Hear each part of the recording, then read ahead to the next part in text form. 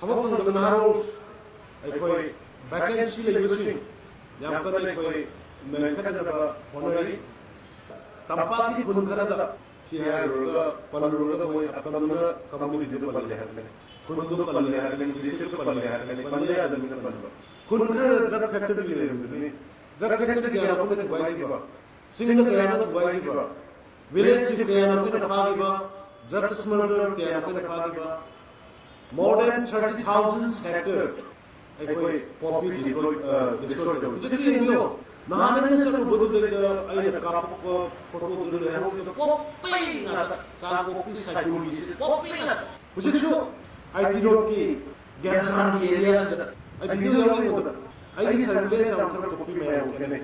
मैं ना फंगमन दो मैं फंगमन का बहुत आई की मीले काप मफम से स्पोर्ट मुझे खाओ तो हन दबा ड्रग्स ले जाबा अवॉइड कर लगी है Así como la ifaraba yang kai ga mai rok suba du ma sedukni manipurna seduk bang sibagi anu maning singba orang sila lakpili ba kuno ko ai no lukna kai kuno butchuri हमारे पुनः को करमजरी लगे ना money कोई में हम पुनः मत मेरे आगे पुखान का yang bili ba ya bili ba पुनः को survey no luxury nasi gi sikumba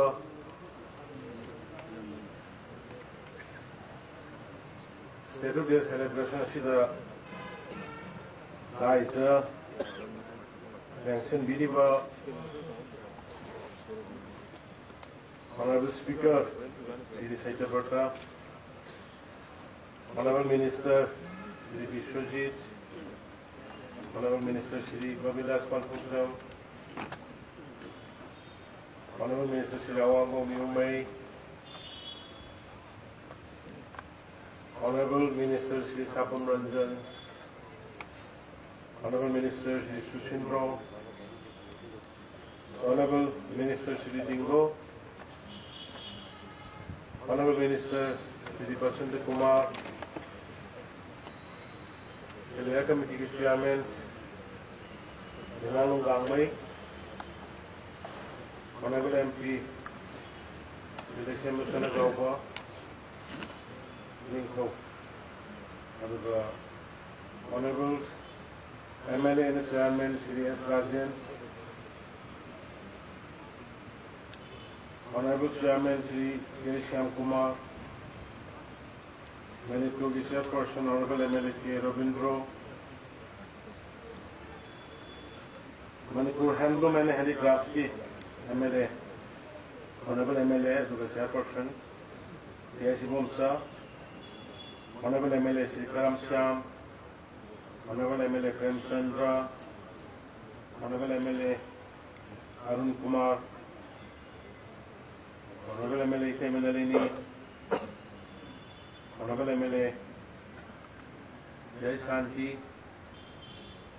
Honorable MLA M. Rameshwar, Honorable MLA Shri Pomosa, aduga yamaru ina adugumba Bharat ki tang lagamani Manipur की बच्चा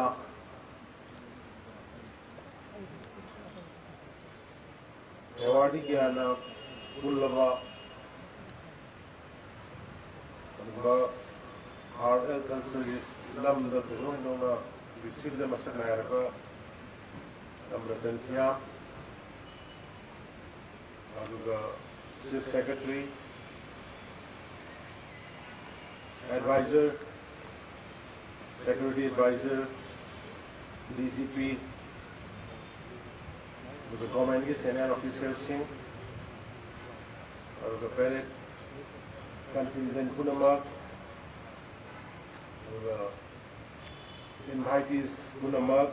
the Neriagi, Normapang, and the Mukhan Namayambu, ꯏꯀꯥꯏ ꯈꯨꯝꯅꯕ ꯎꯠꯆꯔꯤ ꯑꯃꯗꯤ ꯁꯤꯒꯨꯝꯕ ꯁ꯭ꯇꯦꯠꯍꯨꯗ ꯗꯦ ꯁꯤꯗꯩꯗ ꯃꯌꯥꯝꯗ ꯑꯩ ꯌꯥꯏꯐ ꯄꯥꯎꯖꯦꯜ ꯄꯤꯖꯔꯤ ꯆꯍꯤ ꯈꯨꯗꯤꯡꯒꯤ ꯑꯩꯈꯣꯏ ꯖꯅꯋꯥꯔꯤꯒꯤ ꯇꯥꯔꯤꯛ 12ꯁꯤ ꯁ꯭ꯇꯦꯠꯍꯨꯗ ꯗꯦ ꯍꯥꯏꯗꯨꯅ ꯄꯥꯂꯟ ꯇꯧꯏ ꯉꯁꯤ 1972 ꯇꯧꯔꯒ ꯂꯥꯛꯄꯅꯤ 72ꯒꯤ 21 ꯖꯅꯋꯥꯔꯤꯗ ꯁ꯭ꯇꯦꯠꯍꯨꯗ ꯐꯪꯕꯅꯤ ꯑꯁꯤꯒꯨꯝꯕ ꯌꯥꯝꯅ ꯇꯥꯡꯕ ꯅꯨꯃꯤꯠꯁꯤꯗ ꯑꯩꯈꯣꯏꯅ ꯑꯗꯨꯒꯨꯝꯕ ꯃꯅꯤꯄꯨꯔꯒꯤ ꯃꯆꯥ ꯃꯅꯤꯄꯨꯔꯤ ꯃꯆꯥ ꯃꯩꯇꯩ ꯃꯆꯥ ꯑꯗꯨꯒ ꯚꯥꯔꯠꯀꯤ ꯑꯃꯗꯤ ꯄ꯭ꯔꯤꯊꯤꯕꯤꯒꯤ ꯑꯣꯏꯅ ꯃꯉꯥꯜ ꯄꯤꯔꯤꯕ ꯁꯛꯈꯪꯂꯕꯒꯨꯝꯕ ꯌꯥꯝꯅ ꯑꯩꯈꯣꯏꯅ ꯃꯥꯒꯤ ꯂꯥꯏꯐ ꯇꯥꯏꯝ ꯑꯦꯆꯤꯞꯃꯦꯟ ꯑꯃ ꯑꯩꯈꯣꯏꯅ ꯄꯤꯕ ꯄꯨꯔꯤ ꯑꯩꯈꯣꯏ ꯁꯔꯀꯥꯔꯅ ꯑꯃꯗꯤ ꯃꯅꯤꯄꯨꯔ ꯃꯤꯌꯥꯝꯅ ꯃꯥꯅ ꯇꯧꯖꯔꯤꯕ ꯃꯥꯅ ꯇꯧꯔꯤꯕ ꯀꯟꯇ꯭ꯔꯤꯕ꯭ꯌꯨꯁꯟ ꯁꯣꯁꯥꯏꯇꯤꯗ ꯄꯤꯔꯤꯕ ꯃꯗꯨꯒꯤ ꯏꯝꯄꯦꯛ ꯃꯌꯥꯝꯁꯤ ꯈꯜꯂꯒ ꯑꯩꯈꯣꯏꯅ ꯃꯥꯕꯨ ꯏꯀꯥꯏ ꯈꯨꯝꯅꯐꯝ ꯁꯣꯏ ꯍꯥꯏꯗꯅ ꯇꯧꯖꯕꯅꯤ ꯑꯇꯣꯞꯄ ꯁ꯭ꯇꯦꯠꯁꯤꯡꯗ ꯑꯣꯏꯔꯗꯤ ꯀꯦꯁ ꯑꯦꯋꯥꯔꯗ ꯈꯪꯗꯦ ꯀꯔꯤ ꯈꯪꯗꯦ ꯌꯥꯝ ꯆꯥꯎꯅ ꯇꯧꯕ ꯌꯥꯕꯅꯤ ꯑꯗꯨꯕꯨ ꯑꯩꯈꯣꯏꯒꯤ ꯄꯤꯛꯆꯔꯕ ꯁ꯭ꯇꯦꯠꯁꯤꯒꯤ ꯑꯣꯏꯅ ꯑꯩꯈꯣꯏꯅ ꯉꯝꯖꯕ ꯊꯥꯛꯇ ꯇꯧꯔꯀꯥꯟꯗ ꯑꯩꯈꯣꯏꯅ ꯌꯥꯝ ꯏꯀꯥꯏ ꯈꯨꯝꯅꯖꯕꯅꯤ ꯂꯣꯏꯅꯅ ꯄꯨꯂꯤꯁ ꯑꯣꯐꯤꯁꯔ ꯂꯩꯈꯤꯗ꯭ꯔꯕ ꯑꯩꯒꯤ ꯏꯅꯥꯎ ꯑꯅꯟ ꯑꯗꯨꯒꯨꯝꯕ ꯃꯊꯧꯗ ꯄꯨꯛꯅꯤꯡ ꯆꯪꯕ ꯃꯔꯩꯕꯥꯛꯀꯤꯗꯃꯛꯇ ꯃꯁꯥꯒꯤ ꯁ꯭ꯇꯦꯠꯀꯤꯗꯃꯛꯇ ꯃꯁꯥꯒꯤ ꯃꯤꯌꯥꯝꯒꯤꯗꯃꯛꯇ ꯃꯈꯣꯏ ꯐꯥꯎꯕ ꯊꯥꯈꯤꯕ ꯑꯗꯨꯒꯨꯝꯕ ꯄꯨꯂꯤꯁ ꯑꯣꯐꯤꯁꯥꯔꯗꯨ ꯑꯩꯈꯣꯏꯅ ꯌꯥꯝꯅ ꯆꯥꯎꯅ ꯑꯇꯣꯞꯄ ꯑꯇꯩꯅ ꯇꯧꯕꯒꯨꯝꯅ ꯉꯝꯗ꯭ꯔꯒꯁꯨ ꯑꯩꯈꯣꯏꯒꯤ ꯊꯥꯛꯇ ꯑꯩꯈꯣꯏꯅ ꯉꯝꯕ ꯊꯥꯛꯇ ꯑꯩꯈꯣꯏ ꯁ꯭ꯇꯦꯠꯀꯤ ꯑꯣꯅꯔ ꯇꯧꯐꯝ ꯊꯣꯛꯏ ꯍꯥꯏꯗꯅ ꯈꯜꯂ ꯀꯥꯟꯗ ꯑꯩꯈꯣꯏꯅ ꯃꯉꯣꯟꯗ ꯆꯤꯐ ꯃꯤꯅꯤꯁꯇꯔꯒꯤ ꯃꯦꯗꯜ ꯄꯤꯕꯅꯤ ꯂꯣꯏꯅꯅ SP 2 ꯌꯥꯝꯅ ꯑꯗꯨꯒꯨꯝꯕ ꯈꯨꯗꯣꯡꯊꯤꯔꯕ ꯇꯥꯟꯖꯥꯗ ꯃꯊꯧꯅꯥ ꯂꯩꯅ ꯁ꯭ꯇꯦꯠꯁꯤꯒꯤꯗꯃꯛꯇ ꯅꯦꯁꯟꯁꯤꯒꯤꯗꯃꯛꯇ ꯊꯦꯡꯅꯈꯤꯕ ꯃꯈꯣꯏꯒꯤ ꯀꯔꯦꯖ ꯑꯗꯨꯒ ꯃꯈꯣꯏꯒꯤ ꯁ꯭ꯄꯤꯔꯤꯠ ꯑꯗꯨꯒ ꯃꯈꯣꯏꯒꯤ ꯗꯤꯗꯤꯀꯦꯁꯟ ꯑꯗꯨꯕꯨ ꯌꯦꯡꯂꯒ ꯑꯩꯈꯣꯏꯅ ꯇꯧꯕꯅꯤ ꯑꯗꯨꯒ ꯂꯣꯏꯅꯅ ꯑꯁꯥꯝꯗꯒꯤ ꯉꯁꯤ ꯏꯆꯥꯁꯤꯡ ꯃꯥꯡꯗ ꯌꯥꯎꯔꯤꯕ 10 ꯑꯃꯗꯤ 11ꯒꯤ IRBꯒꯤ ꯄ꯭ꯔꯣꯐꯦꯁꯅꯦꯜꯁꯤꯡꯁꯤꯕꯨ ꯃꯄꯨꯡ ꯐꯥꯕ ꯃꯔꯩꯕꯥꯛ ꯃꯪꯒꯥꯊꯤꯒꯤꯗꯃꯛꯇ ꯊꯦꯡꯅꯕ ꯉꯝꯅꯅꯕ ꯗꯤꯁꯤꯄ꯭ꯂꯤꯟ ꯂꯩꯅ ꯃꯈꯜ ꯃꯈꯥꯒꯤ ꯇ꯭ꯔꯦꯅꯤꯡ ꯄꯤꯗꯨꯅ ꯁꯦꯝꯒꯠꯂꯛꯂꯤꯕ ꯑꯗꯨꯒꯨꯝꯕ ꯑꯁꯥꯝꯒꯤ ꯄꯨꯂꯤꯁ ꯑꯣꯐꯤꯁꯥꯔꯁꯤꯡ DGP ꯌꯥꯎꯅ ꯑꯁꯥꯝꯒꯤ DGP ꯌꯥꯎꯅ ꯃꯥꯒꯤ ꯇꯤꯝꯗꯨꯕꯨ ꯑꯩꯈꯣꯏ ꯏꯀꯥꯏ ꯈꯨꯝꯅꯐꯝ ꯊꯣꯛꯏ ꯍꯥꯏꯅ ꯈꯜꯂ ꯀꯥꯟꯗ ꯑꯩꯈꯣꯏ ꯃꯈꯣꯏ ꯄꯨꯂꯤꯁ ꯑꯣꯐꯤꯁꯥꯔ 5-6ꯇ ꯑꯩꯈꯣꯏ ꯁ꯭ꯇꯦꯠꯁꯤꯒꯤ CMꯒꯤ ꯑꯗꯨꯒꯨꯝꯕ ꯃꯦꯗꯜꯁ ꯑꯗꯨ ꯃꯈꯣꯏꯗ ꯄ꯭ꯔꯣꯚꯥꯏꯗ ꯇꯧꯒꯅꯤ ꯃꯗꯨꯒꯤꯗꯃꯛꯇ ꯑꯁꯥꯝꯒꯤ DGP ꯌꯥꯝ ꯃꯔꯨꯑꯣꯏꯅ ꯑꯁꯥꯝꯒꯤ ꯑꯩ click Honorable Chief Minister Himanta Biswa Sarma I am happily mapung khaba mafam pidana jaga pidana mana koi state ki mayam sasing tenam level ki mayam pani rakhiba madu bidamakta ekoi ji ngamdeba hajikam tarak muguchabani Manipur gi hujik oiba fibam mayam hena khangi aikoi punamak punsillaga amat oina leminaga oiraliba fibam sibili hengaminari hengaminaba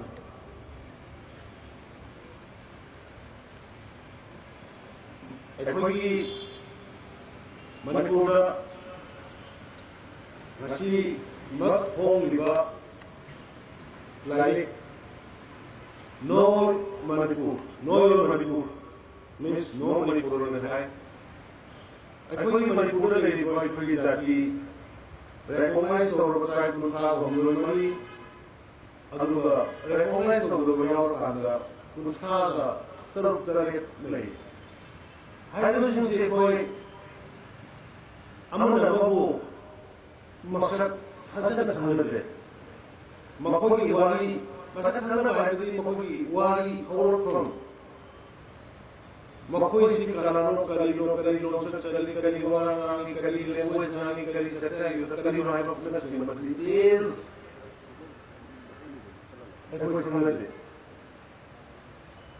Manipur district kaya no, Manipur MLA kaya lay, Manipur MP kaya lay.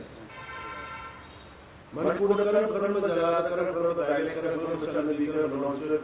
tawi hai ba mistake ko am se koi angai fadana khan badar le bharat ki wajah koi khange lari kaya tamil bharat ki yeru south india kerala Karnataka, Punjab, all the time. But apoi Manipur ki chide apoi Manipur kari karamba afava hazava pham nam koi agi surun karam lai karamba ari ko atar roli lai kari bakhali chinsa apalai kari bakhali ana medicinal plan kari lai I don't know details mein mama कोई जाति मसीह की मदद से सुना दे अदु का flora है तो हमारा बीमार से सुना दे अदु न मन वर्तन मुन खलल का आई कोई ना नो मणिपुर है ना सिटी बोलो माने नसी भोंग से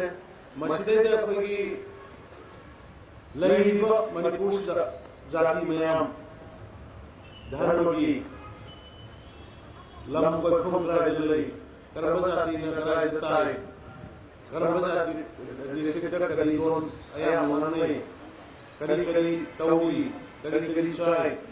everything ayam bak. Loh ini masih ada jauh begini. Uji tengah ni pak demographic imbalance,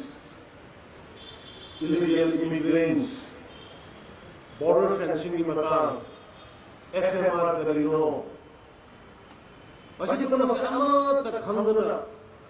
lagi ramai. Free movement sehingga si Manipur kan semua yang menguasai dari Iran itu kalau kena boleh. Anak Karino ramai tu menguasai itu semua menguasai. Border apa Manipur border si kayak sani guys. 398 kilometer lagi guys. Manipur yang semua negara menguasai. Anyway. Aduh mayam se uruganda ekoi sigi lice ma pasigi aduh mastero de gitu sab se loga pong masi na high fat kana pigani masi si ekoi school college inda hangana ba aduh masi yo ba tongan ba education minister education department talaga masi yo ba tongan ba ma macha ka any exam ko magari ba ha Manipur की मदद से और भी आना से संगठन बा competition तो होना मतलब तारक को की मन दिखाए मतलब कोई थोड़ा गया ना खलले अगर हम पुथोय पर इलेक्शन में कोई भारतीय जनता पार्टी ने 2017 की मार्च की तारीख से आने की लाभ मत तुंगा मणिपुर कर्म social sector Keramayan Manipur Siman to Borige have details Mayama. Paika Kiva schemes, Paika Kiva schemes. Manipur Sapai say Lambi Haragan at the hour. Buildings Haragan at the hour. Manipur Sapapa had said, you home within the self-sufficient oil of the pandam. Magi living standard of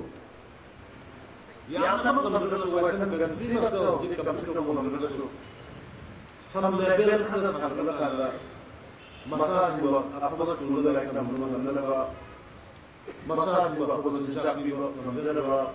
ꯃꯃꯥ ꯃꯄꯥꯁꯤꯡꯕꯨ ꯁꯦꯕꯥ ꯐꯖꯅ ꯇꯧꯕ ꯉꯝꯅꯕꯒꯤ ꯑꯗꯨꯒꯤ resources ꯑꯗꯨ ꯐꯥꯎꯕꯗꯤ family ꯈꯨꯗꯤꯡꯃꯛ ꯂꯩꯐꯝ ꯊꯣꯛꯏ ꯍꯥꯏꯕꯁꯤ ꯑꯩꯈꯣꯏꯒꯤ ꯁꯔꯀꯥꯔꯁꯤꯒꯤ ꯑꯆꯦꯠꯄ ꯊꯥꯖꯕ ꯑꯗꯨꯅ ꯑꯩꯈꯣꯏꯅ ꯁꯃꯥꯖꯁꯤꯗ ꯑꯆꯧꯕ ꯁꯥꯐꯨ ꯄꯤꯔꯛꯈꯤꯕ ꯑꯗꯨꯒꯨꯝꯕ ꯁꯃꯥꯖꯁꯤꯒꯤ ꯌꯨꯠꯁ ꯃꯌꯥꯝ ꯉꯁꯤꯒꯤ ꯌꯨꯠ ꯍꯌꯦꯡ ꯌꯨꯝꯕꯤꯔꯦ ꯁꯤꯒꯤ ꯃꯌꯥꯝꯁꯤ ꯃꯥꯡꯍꯟꯅꯕ ꯑꯆꯧꯕ ꯁꯥꯐꯨ ꯑꯃ ꯀꯣꯟꯅꯅꯕ ꯍꯣꯠꯅꯔꯛꯈꯤꯕ ꯗ꯭ꯔꯒꯁ ꯃꯌꯥꯝ ꯅꯤꯡꯁꯤꯡꯕꯤꯔꯝꯒꯅꯤ सिनेमा हॉल हांगिंगे मतंदा सिनेमा हॉल ममांगा मनन पति कोरोना कारणा नंबर 4 एडिट मया बुली सावी एडिट मया नॉर्थ एशिया चोटानपुरा उखुलदा इम्फाल मफम कया तारगा सदगले मदो बिरमगनी हौजिसु लेरी मधुगुम्बा तुंगी युबिरे मयाम मानगर को उदरी अखोई सरकार ने लागा 2018 सबे लेदर आया तो 18 नहीं वार ऑन ड्रग्स से हबुक से वार ऑन ड्रग हबुक की बमतुंग नबी यार साथी ने कोई चौबा सेंजमा लाकबलते अखोई Hojik Fawda nearly around 70-80,000 crore with drugs, illegal drugs in koi manandre, faare, miyo kaya na koi jagda ham. Madhugi drugs yung bada se nare ba po se haane koi state kaya kan yung bada poppy house. I have a Golden Triangle area, Laos, Thailand, Myanmar, asombi area ya to khangod mukhi ba ko sa thara lai man ko pasan na poppy plantation do kiba adu drugs factory kaya no sin dilong bane khun kharada tampati khun kharada si hai roga palroga koi atamna community de palle hai खुद पल्ले हरने किसी को पल्ले हरने पल्ले आदमी का पल्ले खुद कर drug factory ले रहे हैं ड्रग फैक्ट्री क्या आपको तो बाइक की बात सिंगल क्या ना तो बाइक की बात विलेज से क्या ना कोई नफा की बात ड्रग स्मगलर क्या ना कोई नफा की बात more than 30,000 hectares कोई पॉपी डिस्ट्रॉय कर जितनी नहीं नामने से को बदल देगा आई काप को फोटो दे रहे हो तो कॉपी ना का कॉपी साइडोली से कॉपी ना मुझे शो आईटी रोड की गैरसान की एरिया से आई वीडियो लगा नहीं होता आई सर्वे से हम कर कॉपी में है वो ने मैं ना खंगमन दो मैं खंगमन दो बहुत है आई की मिले काप का मफम स्पोर्ट मुझे खाओ तो हम दबा ड्रग्स ले जाएगा अवॉइड कर लेंगे अगर वैसे अकोई नशे वास्ते में नशे को नमन को बजा अपना ड्रग्स से मशीन में कोई लारू फरने कोई अकल तो ले ले ना मुझे मिलना बाबा स्टेज से दी कौन में नशे है तो मुझे नशे के तुम से रो दे प्लेस तो नहीं रोमिंग है अपना मन मशीन जनरेशन टू जनरेशन मांगे है नान कलामा की नुपी को तारक लगे उड़मनी अदुगी नुपी की मागी ईसा नुपी की मागी इमु मा फैमिली लेरो अदुग लोय रुपनी जनरेशन नमदु मुदन की कन्नन तोदा खौरक को गोखर लेगिनी मदु केमन देबदा नसी नान डोनाल्ड ट्रम्प की मागी इनोवेशन की दुकान पीरियड ड्रग की दिमाग में तो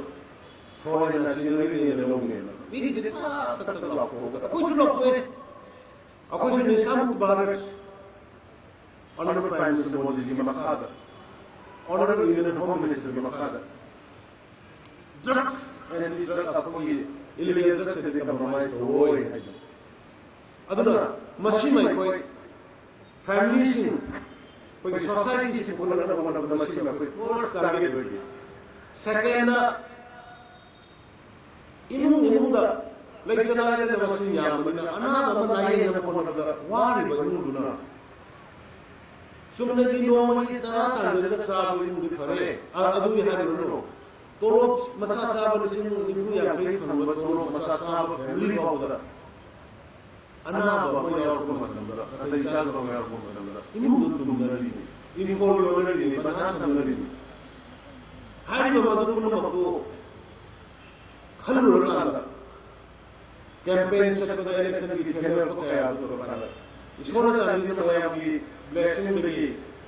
ईश्वर की कृपा देगी सिटी मिनिस्टर की फंक्शन पाया तो मिलेगा सिटी मिनिस्टर की हफ्ते की तैयार है ना मधु की स्कीम तो मुझसे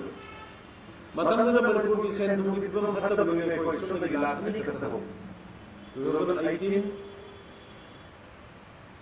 the subject to correction statute de number ko ne most ko jara ba khaman de aduna madhubi la aniduna ai imana rakada ai ipana rakada ai isana rakada hospital da kuninga le ke na kap ke le na family ya paisa le ke na magi pencil bandhan thamaga ge na ko ya magi info thamaga lai na ko ya do si banu ayam control हो रहा है मैं अभी economic state की economy विरोध कर रहा हूँ तो कोई लाख मार देंगे गलत आ रहा है जिस खाओ होता कोई नहीं लाख अन्य की मदद कर कोई ना मदद पान रहे तो पुण्य करोड़ लिस्ट चांदी के मशहूर का फुंडोई की मदद कर अब कोई स्टेट एक्सचेकर लगी सकता था प्रजासिंग को कोई लेन लगाएंगे 283 crore subject to correction to the idea of then the mind of the nasagi yum di anaba lai ko salam paisa sidi mahatta honorable prime minister modi ji ayushman bharat ki Kashi लागा ना मुझे कोई दा हंगे से 5 lakhs machine has more than 3 lakhs people मधुबी खुदों सावा P अदुगी मथक्ता state government announce करबा health for all health is everything well खतना थे health is everything हचांग पता दिया है खुद ही मत क्या मत अदुना health for all है कोई ना स्कीम में मत खोला ये कौन खुदेंगे डॉक्टर नर्स चला का identify करो disease तरह तरु हर तरह बड़ी तो हमने disease तरह तरु including एक breast cancer भी early stage का detect होना diabetes की blood cancer anything identify करो disease तरह का तरु की कोई free the all early checkup चलने लगे early stage का checkup तो का खमों मुझे करेगा नहीं हेंडर ने खमों लोगों ने मगी सेट तो होना का अना दूध के लिए प्रोटेक्ट होना का प्रिवेंट होना का सब होना अगर कोई विजिट पाओ तो खुंगल शाम चनी चौक में मत कोई टिम खाया युम संग का मगी फ्री ने तो फ्री द हाई बट दिस तरह में टेस्ट हो रही अदुगो हिदाक्सु अदुगो honourable prime minister Modi ji मखादा हाबा जन औषधि की मखादा अहोम ममदा अखोई सरकार ने रेगा मखोदी फ्री दी सुमाइना मखा मखागी प्रजादगी सेन चतनब प्रजा सिंह तांजरु पैसा मखोगी सेविंग होजना पाइसे अखोई याम कन होनगा है अखोई सरकार से लाभ देला social sector social sector sakutana family wise sakutana economic freedom phagutana state ki phagat baji oyo nahi adu matanda school phagatan ji kare ki tawe mama baba khudin mano masam shi mama mapa khuding mana masa aphaba school tamani aphaba uniform salani aphaba mi wani mari masai manata tamba engineer amagi police officer amagi and businessman amagi masana private school tamu do ai longi wala so isa tamani aphaba school madu namna mo honna bada laire bese laire dumle henkat pangamda tolo masa sa se dum handaraga le henkat pangamda bakadi anga private school tamu singi competition yaw honna textbook ki maman bahan tindok tindin di maman uniform ki maman private school ne madu text ki fee ki maman sigi mayam se hona bada tolo machine ni ku ya pesa ko de hagut pangam bazar ke adu madu kut lagi na kanda ekut bazar sine ngasi ma magi imung da haw nga sa da ba afaba yim ma sa da ba afaba ga ni ma to da ba afaba tije ne se ke da number factors hai masi su number 1 factor ne ko khal ka da school bhagat han je ne hogi adu su 1990 da hogi masi ne usi kare kana re ai koi de madu ki lapses mayam ma le ne sarkari school ne si jabgi maram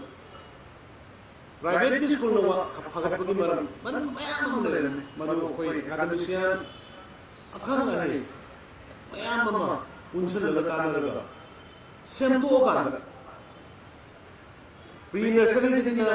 akoi gi sarkari school se class ma le ho na pre nursery में nursery से अपने school में तमाम ना होंगन पगवाए होंगन इंदर बसुले अगर मधु की गैप में हम लोग वही ना बोलता ना ऐसे ना उसी सरकारी स्कूल में बगल जी मकान था उससे कोई प्री नर्सरी देखी तो मकोई अगवादी सेक्टर हाथ चलता है स्मार्ट क्लास खाना का टेबल इंफ्रास्ट्रक्चर मॉडर्न अदुगुमा लेंगी चेंजेस टू द चानन तंबीर का एकवे सरकारी स्कूल सिंगल स्कूल बदल जिए अदुगु मथकता स्टार एजुकेशन की मखा दे कोई अदुगु स्कूल सिंगल तंबीर के बोझा सिंगल कोई वेस्टर्न कंट्री की या मतलब में एक्सपीरियंस है वो डेवलप कंट्री की बोझा सिंग ट्रेनर्स को कोरोना दे कोई स्कूल की बोझा सिंगल ट्रेनिंग तो हो मधुदरी यूनिवर्सिटी कॉलेज मदद को पता कि मुझे कोई गवर्नमेंट स्कूल में मुझे एडमिशन मदद वांग तो हो इवन एक कोई ऑल मनपुर की स्टेट की एसएससी की और हायर सेकेंडरी की नोशन दे कोई पोजीशन ऐसे तो वो हमें government school 100 arts commerce state government school में हर साल में पोजीशन लोगों ने एडमिशन की परसेंट 60-70 है इनर प्राइवेट स्कूल में हवा मिशन में कितना आना बनाया है दैन अदुग मतम दे कोई अदु अरगदी सीना कले दवरे नसाई प्राइवेट स्कूल में पैसा चाव चाव फी की का तमम वारम बमयम अखोई भान की पैसा थिरम ब टैक्सी की पैसा थिरम ब ट्यूशन की पैसा थिरम ब मैं तो हंधार लेगा इमुम दवा के खाना में सेटिंग हो गए अदु ट्यूशन की कोचिंग की हैबिट जो अखोई ने जे आई बाइजर वे मो बिसी की मखादा एमो बिसी की मखादा कोई फ्री द कोचिंग सी जगह जगह चलन कोई वजा सी दरकार फ्री द कोचिंग तो छात्र सिंह आईएएस होनिबा आईपीएस होनिबा कंपटीशन याउन मया मपान सकल याउन नमदबगी दिल्ली सरल परीक्षा थाबो यूपीएससी की परीक्षा थाबो नमदबगी कप नमदबा फ्रस्ट्रेशन द तोंगल लेना मया आद सकल सुम अपन थी बकंगल नकलाओ मन तो मया मसबी लास्ट 5-6 years the कोई खाने कोई virtual the LS the academic institution company में खाना करना खाना वर्चुअल द कोई यूपीएससी खाना में एकदम तो क्वेश्चन नहीं नंबर लास्ट 2 years the कोई डायरेक्ट फैकल्टी प्रोफेसर्स उनका कोई रिक्वेस्ट हो गया नई मणिपुर को कुंभी रहा मणिपुर ला खाना में फिजिकली फेस टू फेस आई की सर नो मैं हमसे ट्रेनिंग तो बियो कोचिंग भी बियो ना है कि याद है ना सही नहीं छुड़े हंदकी यूपीएससी के एग्जाम द प्रीलिम द मसिन फना पास हो ngarang sula ami LST mogi udasin maka sathaki gera why not education is the backbone of the society aduna education ni lamda koi maka sathaki gene noi matham ju moi hujik satra sani ni moina mayam bising amani la adagi khankata satra sani si moina direct question kuri aduga atai virtual da description da su atai description ni su lori yaw aduga virtual da PBC yaw kana manipura UPSC ki costing phangni se hoji less than 500 student sumaina sarkar pulak putho ne maram di moi ki adagi lai oja sing faculty sing professor sing se lai bom sa phom moi ki sathok chase ne ko loi government ko ni kana isa sing ko niman na mandana ba ngasi ki hongoi ba society global changing na ko mayam se masle moi mit to mandana ba ne sumaina makhal makha kaya health ki lamda education ki lamda social sector ki lamda start off mami targal ai kana ko lamde isora changi dina mayam blessing degi ene hack cm ho jeba mayam hack cm bi khamda tambi gai start off ki scheme packet pani ai samak beneficiaries in goi posting to interview to goi or function to visit entrepreneur mayam mai pai entrepreneur ai apoi BJP like government jina to ba hogo ki startup tuna ngasi di mai pa ka ngasi manipur ki praja sin wa ka na koi mating pa ma hoye I appreciate those success startup companies more that have provided jobs to the IDP, internally displaced person, Shaun the boy, Adumba, Akoi, startup the Mai Pava boy, Tarani Pana, Nichon the people. Sumaina, social sector, education, health, already. Infrastructure, Manipur, the Hokiba 23rd May slow down to it, but akoy lete. Adu ke hai detail mein hum masi Hokiba likes the low ni aur. And the last 2 years so Iran marks ja koi Manipur government ka ke to bige se low ne yaw. Lamphel water body Pratna सही कुछ निकलने थोड़ा river bank से 460 करोड़ की मतलब खाता रखना तो रिवर बैंक सलाना RCC सलाना जो कुछ सेम है still going on होय प्लानिंग या होगा contract oriented थबक तौर पर खरा दबी इसिंग जुस्माने इसिंग दुलुम सुमाने चाव सकते बदलो सुमाइना fitness and the Pokhai translation job for drain Lamba so many things otherwise I don't know again I point it flood ki ya so boy projects karo shamli chamali matlab kali hongai with climate global warming green Manipur Chief Minister green Manipur mission Pass and like one Haba set environment di Makada Lokta project Kanana Ring road Jana Koi Lokta MLS Moirangi Usukugi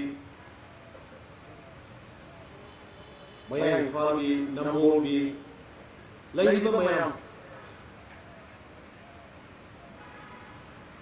mana ke mesin orang nak digital lawan mama di orang orang MLS ki job dia kan hai mama di apa sudah loin lagi lokap semua nak khapsal kan ba ring road ko same je mama di koi habak do ba hau ra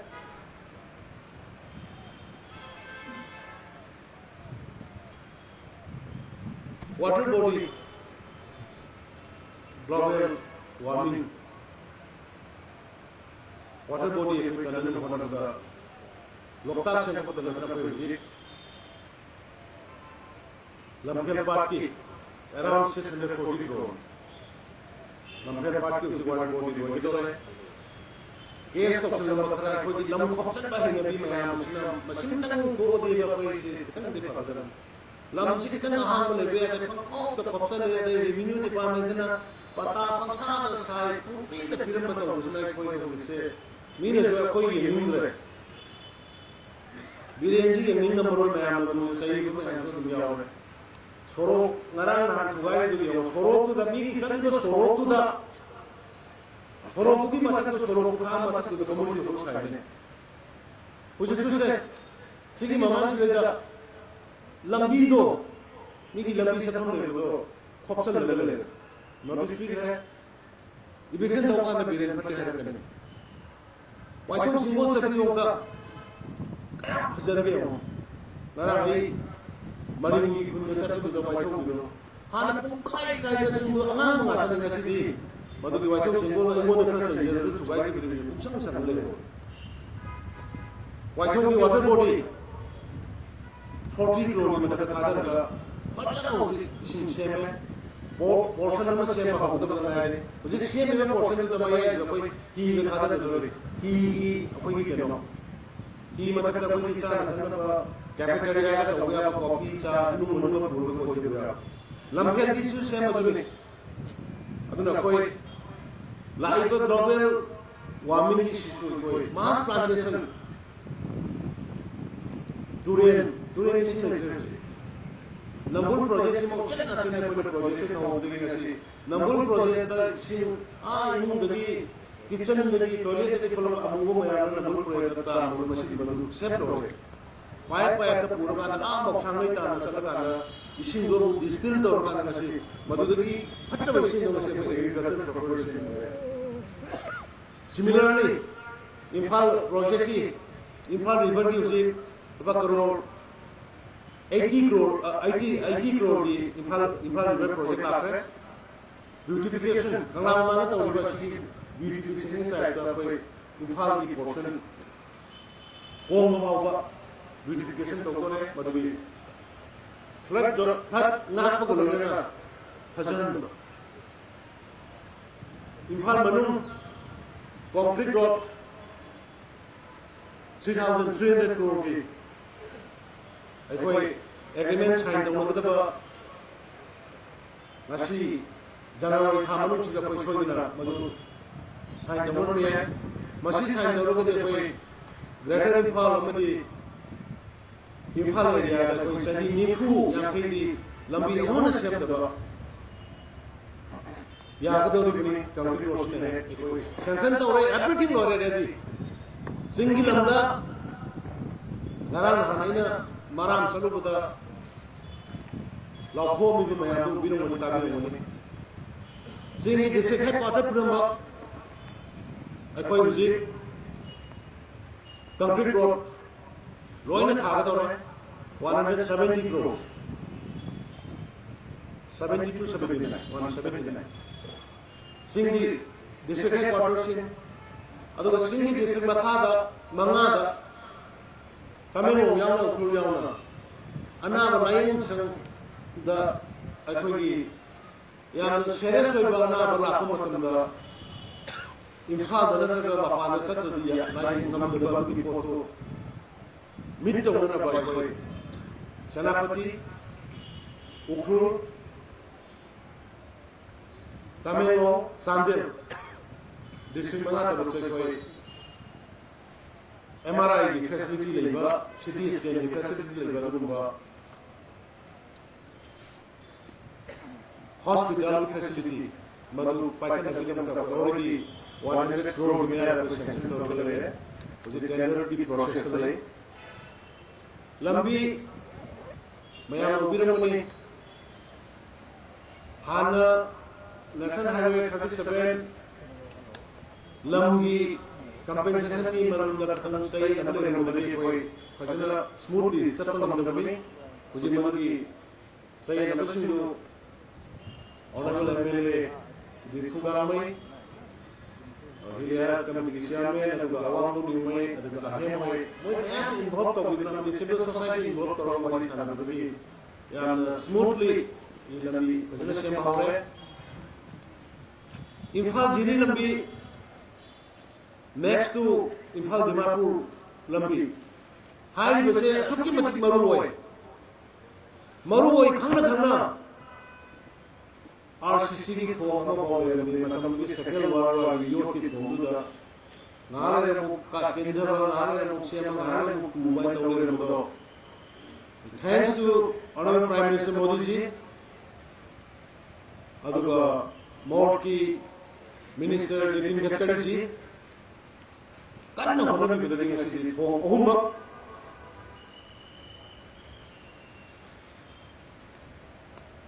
Idilbi Yamna, Idam to the Yamna, Ohuma, Baku, Bara, Ohuma, RCC. First class all season गाड़ी चल रहे हैं सिंगी areas sample development में आने खंडी रमनी वहाँ तक मतलब the मोट मिनिस्ट्री के लिए आते हैं संसद तो टेक्नोकल द 770 करोड़ में सेकंड फेज में तो फर्स्ट फेज 520 करोड़ में 1300 करोड़ में आया खुली Imphal Kanchuk Road, Lloyd Imphal Kanchuk Road, only 8 to 9, 7 to 8 hours. Imphal to Guwahati. City Lakadar Poche, Home, ADP, Sabo, Atopa, Sarkari, State Fundagi. Request of the people of the home. City home, Imphal Kanchuk Road. Yoga money for the shortest way. Nana again, Honorable MLA Tamil. Kongsang to Kamaito, Satama, Pungahum, somebody Kongsang to Tamil. I don't 45 minutes ago. Kongsang to Tamil. Sumata Kunakoi, seeing her Tamil, Canada Kamana, bought Manipur as a whole state, pretty state in the Bapamatam, Sapat Singing Lambda, Aha money, Astro Turkey, full playground, football ground, Senapati Bazar, Astro Truck football ground, Singi, district single like the player, 7 aside. Chorsanpur Medical College. Yam Hajana function Tawra, Tawra, which is Tawi, Adu Mapanduda, Iran Cinema Wakana, Mapanduda, operator away at the Tugumatanda, Police Medical College, Satanaga, Hanu, the function of Honora. We got a wondering. Was it power sector? My solar power, quite the Honorable Prime Minister Modi mission in Narang, Sansan Lagre, Hawal project in the University Water Bodies solar power 34 crore. Issuing the solar megawatt, Putokada 6.5 megawatt subject to election. Madhubi Mapam Anida packet to the money. High report sector Kudumata. How about the Naros? Back and see like machine. Yampana Menkadaba honorary interview the Karida, Ladiba, lawyer organization, the labor conflicts in the Manawaraka, when the sending was speak to the set up Nandaba, Adu affected Adu ꯑꯩꯈꯣꯏ ꯃꯥꯡꯊꯅ ꯆꯪꯁꯤꯟꯈꯤꯒꯅꯤ ꯑꯗꯨꯒ ring road Imphal ring road ꯁꯦꯝꯍꯧꯔꯦ ꯂꯥꯏꯕꯛ ꯊꯤꯕꯗꯤ ꯑꯩꯈꯣꯏꯒꯤ ꯃꯤꯁꯤꯡꯁꯦ complain ꯌꯥꯝ ꯀꯜꯂꯤ ꯀꯝꯄ꯭ꯂꯦꯟꯁꯦ ꯑꯩꯈꯣꯏꯅ ꯇꯧꯕꯤꯔꯗꯤ ꯐꯕ ꯃꯤꯒꯤ ꯐꯥꯏꯅꯥꯟꯁ ꯃꯤꯒꯤ ꯑꯦꯁꯤꯌꯥꯒꯤ ꯑꯗꯒꯤ ꯋꯥꯔꯜ ꯕꯦꯡꯛꯒꯨꯝꯕ ꯀꯔꯤꯒꯨꯝꯕꯗ ꯆꯦ ꯊꯥꯔꯒ ꯍꯦꯛꯇ ꯇꯧꯁꯟꯕ ꯂꯣꯛꯇꯥꯛ ꯅꯨꯡꯁꯤꯕ ꯀꯥ ꯃꯅꯨꯡꯗ ꯐꯝꯃꯒ ꯀꯝꯄ꯭ꯌꯨꯇꯔ ꯄꯥꯏꯔꯒ ꯂꯣꯛꯇꯥꯛ ꯅꯨꯡꯁꯤꯕ ꯀꯥꯡꯕꯨ ꯈꯔꯁꯨ ꯂꯩꯔꯤ ꯄꯪꯏꯗ ꯏꯕ ꯄꯪꯍꯥꯏꯗ ꯍꯥꯏꯕ ꯂꯣꯛꯇꯥꯛꯇꯨꯗ ꯀꯔꯤ ꯇꯧꯔꯒꯦ ꯅꯣꯡꯃꯗ ꯆꯠꯂꯒ ꯎꯗꯕ ꯌꯦꯡꯗꯕ ꯀꯝꯄ꯭ꯌꯨꯇꯔ ꯄꯥꯏꯔꯒ ꯑꯗꯨꯝ NGO ꯇꯧꯔꯒ ꯄꯩꯁꯥ ꯇꯥꯜꯂꯒ ꯂꯩꯕ ꯀꯥꯡꯕꯨ ꯈꯔꯁꯨ ꯑꯗꯨꯝ ꯂꯩ ꯅꯍꯥꯟꯅ ꯁꯥꯏꯟ ꯇꯧꯅꯔꯒꯗꯕꯅꯤ ꯔꯤꯡ ꯔꯣꯗ ꯆꯤꯊꯤ ꯏꯁꯜꯂꯒ ꯂꯩꯔꯤꯅꯦ ꯃꯣꯏꯒꯤ ꯃꯌꯨꯝ ꯁꯣꯛꯄꯁꯨ ꯅꯠꯇꯕ ꯁꯔꯀꯥꯔꯒꯤ ꯂꯝꯗꯨꯗ ꯆꯠꯀꯗꯕꯗꯣ ꯃꯗꯨ ꯏꯁꯤꯡ ꯈꯣꯡꯗꯣ ꯁꯣꯛꯀꯦ ꯇꯧꯔꯒ ADBꯒ ꯀꯝꯄ꯭ꯂꯦꯟ ꯇꯧꯔꯒ ꯂꯩꯔꯝꯗꯅ ꯂꯣꯟ ꯁꯥꯏꯟ ꯇꯧꯅꯅ ꯆꯠꯂꯀꯥꯟꯗ ꯊꯦꯡꯅꯍꯜꯂꯤ ꯗꯤꯕꯂꯞꯃꯦꯟꯗ ꯄꯣꯂꯤꯇꯤꯛꯁ ꯇꯧꯒꯅꯨ ꯂꯝꯕꯤ ꯁꯦꯝꯃꯤꯁꯦ ꯃꯌꯥꯝ ꯄꯨꯝꯅꯃꯛꯀꯤꯅꯤ इसिंग थकदे मैं पुनमकिनी स्कूल लिंखलिबा कॉलेज फगनन जेने तौरिबा मयाम पुनमकिनी डेवलपमेंट की मतंग पॉलिटिक्स तौबिगनो प्लीज बोल लेंग लेरेसु हय प्रधान यारगा दमना लेपो नाय काजनी आई स्वाइद बोट पे तया दे सिमा जीना पोरम पोरम ने येलो दे दे ग्रुप सेमो ने तौरदा ले काय कुदिंदा दुगो मेंटालिटी ले बागु गरा थोड़े अदुना बोटकारोय बोटकागे दिन नजाति निशियो लबुसे सेमो तथोप तमो नरेगा नजाति निशि दे मीने बोटका कामो कारजन तार ले कानर उररो दिखोइसे हुजिक मणिपुर की प्रजा हुज हुल होने मणिपुरी नसी सीजे तंजा सिदी नई नईगा केला शनक पुदुकी ताय तो हुज हुज होने मरगा मजाती दिमु तौलिन कनानो मरगा मजाती मानन होनर मन कनानो करम पॉलिसी तौर का मणिपुर कानून कनानो होनर दे लोने खबर रे ngan ko ni ko ka रे मरम दी नसी की Miró well educated Muslim yes amana UPSC के एग्जाम दा नान मिनिस्टर जितेंद्र जी ना मासे थारानी आइना मोइना मैटे मेटा परीक्षा थाबी या बपी होने तो गुमान मैटे मेटा परीक्षा थाबी या रे क्वेश्चन पावदो बेंगोली में तो पाव को तो हम पाए हले नो अदु तो बिरनो अदि तो बिरनो मैटे में तम में बदु जहां मैं रोडे परीक्षा थागा को कोशिश मोइ मैटे में तो खंगन में बेंगोली खंगन में अब यार मैटे में तो अदुम तो बिरनो ने आई सिटी हलगा बेंगोली गानी से मिक्स तो बिरनो हाजिर रबनी मदु आई फोन सो बहाय के यार कदम मान अदुना जिन्नाउसी आई गसी सुकुम बस से दे से मई ने यार तो नोमी तुरिये लोनमान हिमोद्रबली सिंचावे सी मानदा आई कोई बॉर्डर सेक्शन में से दबले आई कोई ले ले ट्रिप से यामी मखन सोमदा असम त्रिपुरा तायबदा बांग्लादेश तकी लाखों की मछली बॉर्डर की खुदों चाद बमा 4000 किलोमीटर मुझे बांग्लादेश का भारत का खाना देते हैं अदर त्रिपुरा तो इबा असम तो में मसे कोई और वे नहीं रही ना रोहिंग्या नि हिंदू के तो वो मतलब कुंतरे की मन मेमोरीज कुंतरे आइडेंटिफाई करवाना कुनमुना हिंदू होगा अनि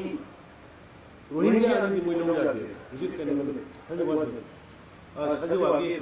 शब्द होगा एक कोई मिन्ना सिंगल यार इनरन पानी के नरन खबर थे मेरे मन इनरन पानी के सामने में अकोई के ऑफिशियल्स जो सिंसियर को प्लीज लेबांग मांगले बदे सेंजार दु में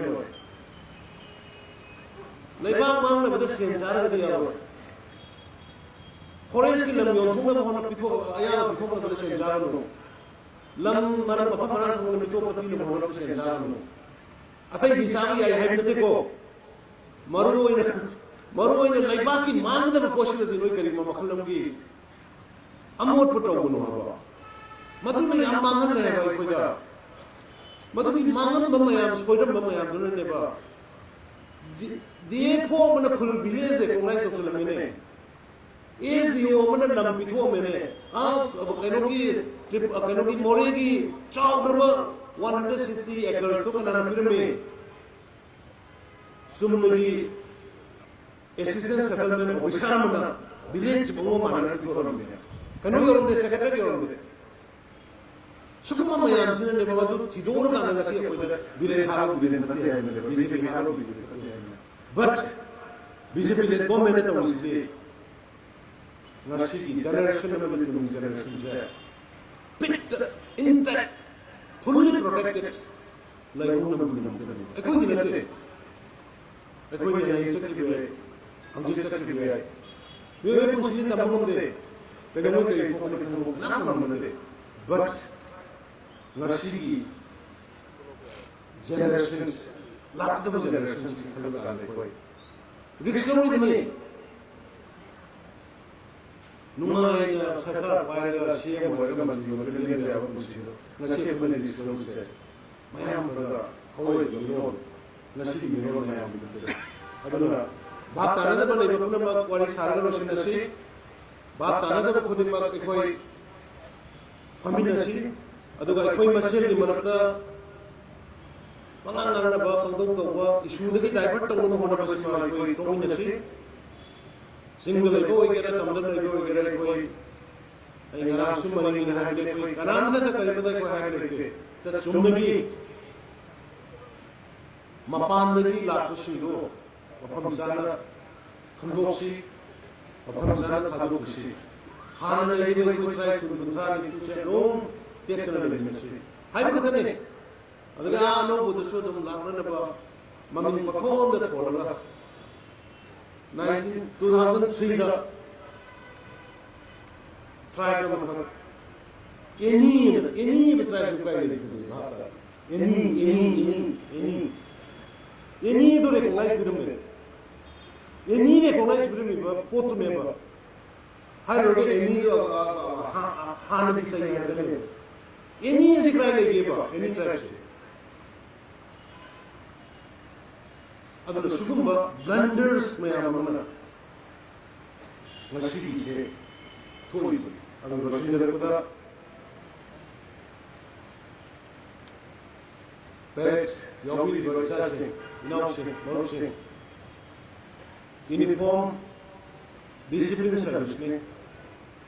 na koina discipline ma mu mita leba adum kai gani transfer posting number satu hai bada sat number nomba MLA da mukharakani adagi pradhan mukharakani amma mukharakani ikram manipur se posting se da karai de no ne to gares ko ikram manipur se transfer posting se wazabu asidu enos da kare ko ki kokruki makha se da koi goza transfer se ya de na nahane se ko goza transfer se ya de kokruki makha se da कमाने no कुले बांगा कुछ बो इम्फाल मनुंग वजा लिसिंग कया से तुम वो पुलब थंबदी आरोई ने पुलिस मया इम्फाल मनुंग लोई थंबदी आरोई सिटी पोर्ट में का कोई sense of responsibility nasi na कोई पाई नो मोय कोई बाय बिया दे nasi na कोई सोरोग मी म खामग वा हनि द कोई ना बिया दे ना कोई दी बो authority मरोइना COC nungtigi professional sinsi kaufoga awareness ki betarkai drill to betarkai masana kangu sudi tangkai yana lai ko to tangkai adu lega da so many things adu kanna thigalo ro na patta ai apan pha ko no ni CEO bharata sakren to mun ko na mai da sibai tra mani ma blog samjana bi thabu su samjana bai ko na mo अब ये एकदम सुन के लगा हुआ है दोन तारा bye तारा अदुन को कोई तौन रूम से मोरल रेस्पॉन्सिबिलिटी नो से सेंस ऑफ ओनरशिप लेने से लगा से कोई में आऊंगी बीजेपी या वे पार्टी कोई कर गते this land is ours, this country is ours. Koi punam kini. Aduna ai je decision haibne. Akoi poni Puari ka sabon narabadumba sabon sai tare kundapagi akoi na khambudu de hai se mama ma na ro na bol mayam no nungsi magi mapana manipuri sai tare kundaputa manipur vibrate to biwali ramai I weapon sin na biwali taro ka aduna ai diji dai haibini at least akoi Belly district bari sida company of 100 horse machine recruit owner of horse rider along with the horse layer the owner of the budget ka de do tamsi malam le ko gi pai ku chana ba ko sakra so ko no madu present to wa se to macha ro ko gi mato na madu ta DG ne home secretary ke me sure na madu to bio o shin jarabada mai apuna discipline level society khatana ngasigi competition yo ngomoni discipline level society ne koi kadang mamakala gi koi milet muna mai competition yo ngomoi ana maya pun discipline society ne sakala managa maya pun matin injury adu apun ba manipur apun ba bharat madu bi namte kunna kathom minase pun service ko minase hai papam ka hamdaka ai maya pun ko mohna yang kelima direksi dua stadium dia yang kebawah bisa dia menjadi jai hind